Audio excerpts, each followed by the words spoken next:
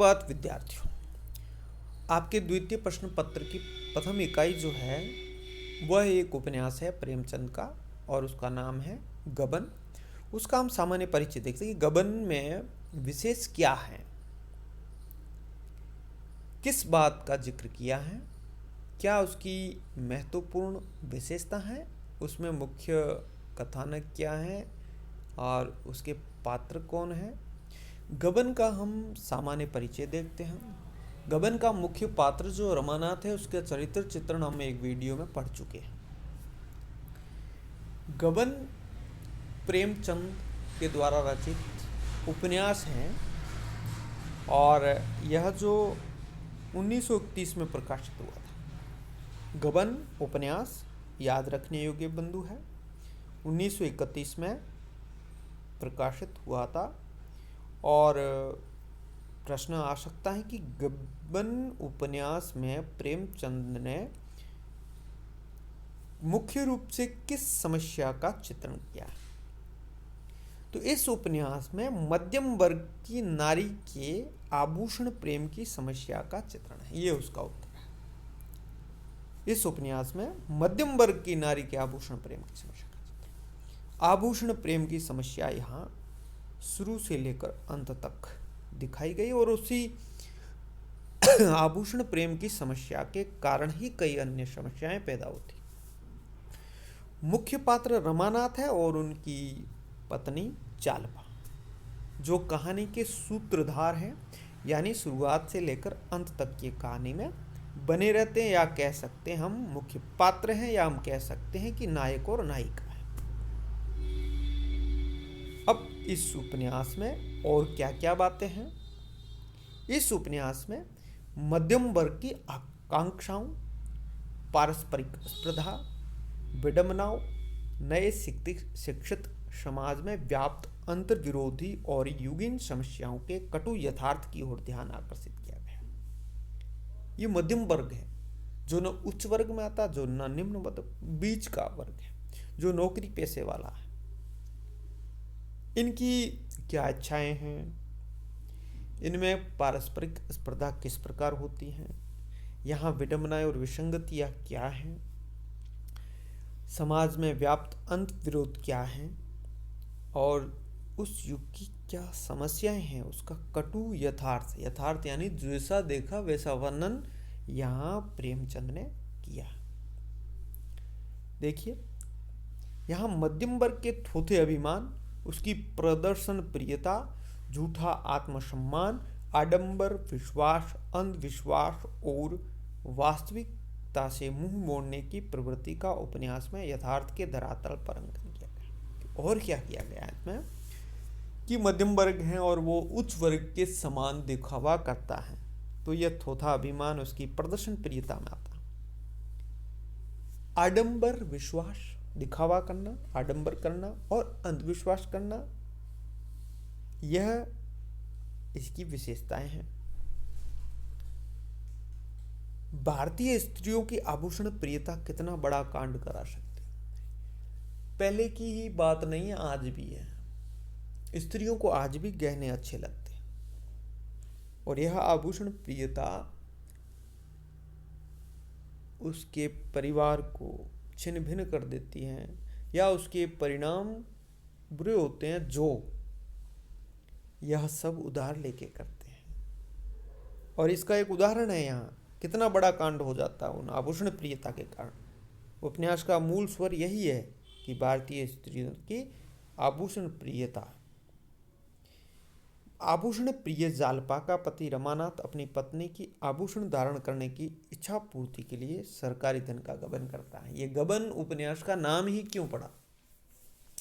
गबन इसीलिए पड़ा है केवल एक मात्र कारण कि वह आभूषण खरीदता है और बाजार में अपनी पेट के लिए पैसे चुकाना चाहता है, और सरकारी कलर की नौकरी करते करते वहाँ से धन का गबन करता है, इसीलिए इसका नाम वो ले आता है और उसको चुकाता है, और वापस उसके पास पैसे नहीं होते और वो वापस चुका नहीं पाता सरकारी पैसा और भाग जाता है वहाँ से। तो यही उसका नाम रखा है उपन्यास का गबन, और भागकर कलकत्ता चला जाता है, जहाँ किसी अन्य कारण से वह गिरफ्तार हो जाता है। उसकी मुक्ति का अभियान भी जालपा ही चलाती है और उसे मुक्त कराती है। इसमें मध्यम वर्ग की वर्ग अभिलाषा आभूषण रखने और पहनने तथा पहनकर दिखाने की अभिलाषा का चित्रण है। मध्यम वर्ग अपने जीवन के छोटे मोटे व्यवहारों में भी उच्च वर्ग की ओर करने का प्रयास करता है। दिखावा करना, ओढ़ करना, जिसके पास पैसे हैं नहीं है वो भी उधार करके वो दिखावा करना। तो उपन्यास सम्राट प्रेमचंद ने मध्यम वर्ग की आभूषण प्रियता को कटु यथार्थ के साथ व्यक्त किया है। उपन्यास में लेखक ने प्रगतिशील दृष्टिकोण, इसी संदर्भ में ईश्वर और नैतिकता की भी लेखक ने व्याख्या की है इस उपन्यास में। बात करते हैं कि प्रेमचंद ने इस उपन्यास के माध्यम से सामाजिक समस्याओं के कटु यथार्थ को रेखांकित किया है, जिनके कारण भारतीय समाज आज भी आर्थिक संकट में उलझकर गरीबी की रेखा के नीचे जीवन यापन कर रहा है। सामाजिक समस्याओं का कटु यथार्थ। कुछ सामाजिक समस्या, समाज की बुराइयां।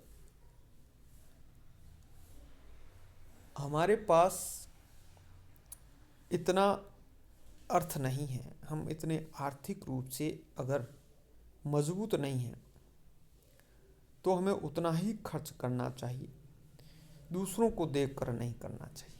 इसका एक यह संदेश भी है, इससे हमें शिक्षा भी मिलती है, जितना हमारे पास हो उतना ही खर्च करें। इसका कारण ये भी है, कुछ सामाजिक समस्याएं, केवल ये गहनों की बात नहीं है, और भी सामाजिक समस्याएं हैं, जैसे दहेज प्रथा है, मृत्यु भोज प्रथा है। इसमें भी लोग बढ़ चढ़ कर दिखावा करते, खर्च करते हैं और आर्थिक संकट में पड़ जाते हैं। अब जो प्रेमचंद को कहा गया है कि वह आदर्शोन्मुखी यथार्थवादी उपन्यासकार हैं, उनका साहित्य सृजन का दृष्टिकोण ही आदर्शोन्मुख यथार्थवाद है। इसी दृष्टि से गबन उपन्यास अपनी यथार्थ पृष्ठभूमि पर सामाजिक आदर्शों की स्थापना की लक्ष्य लेकर चला है। कैसे? पहले यथार्थ दिखाओ। मध्यम वर्ग का यहाँ जो समस्याएं हैं वो यथार्थ दिखाई गई है, और फिर आदर्श की स्थापना की गई, सामाजिक आदर्शों की स्थापना की गई। अंत में सुखांत होता है,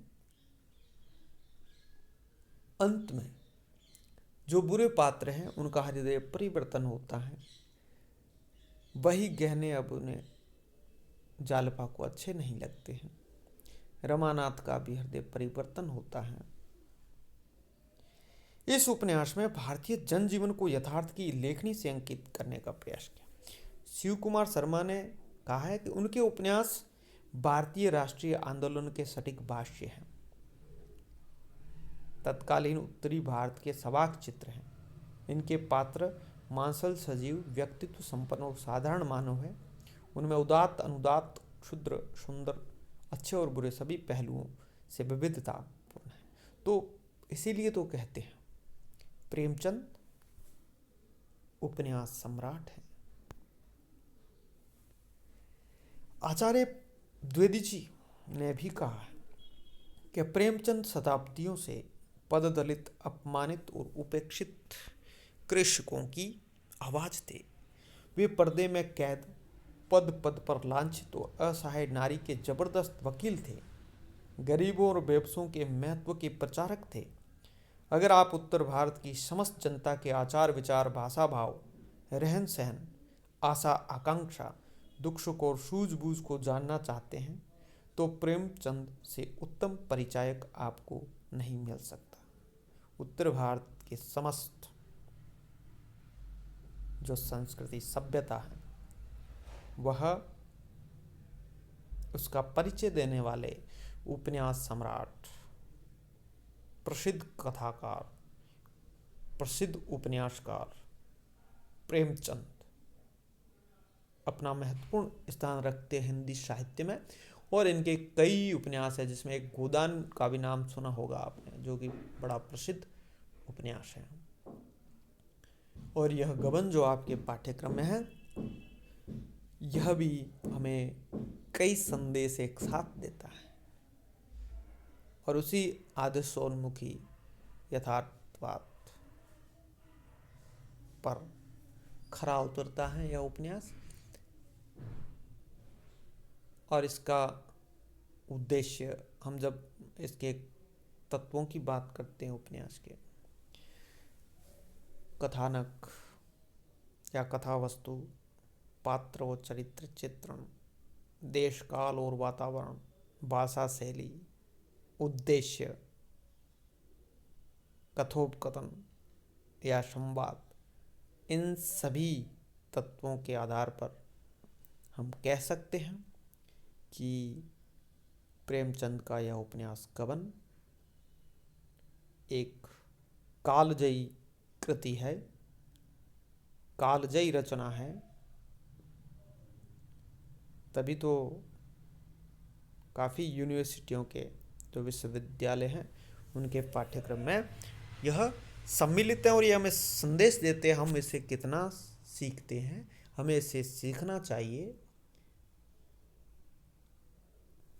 तो आज इस गबन उपन्यास के बारे में इसका सामान्य परिचय हमने देखा है, आगे भी इसके बारे में बात करेंगे। आप इसे देखते रहें।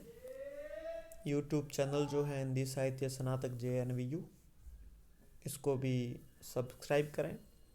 इस पर आपको जो पहले वीडियो डाले गए वो सब प्लेलिस्ट में मिल जाएंगे, वो एक एक करके आप BA फर्स्ट ईयर के वीडियो देख सकते हैं। अपनी किताबें लाएं और उसका अध्ययन करें। पाठ्यक्रम भी मैं बता चुका हूँ एक वीडियो में और किताबें भी बता चुका हूँ, वह देखें, अन्य वीडियो भी देखें।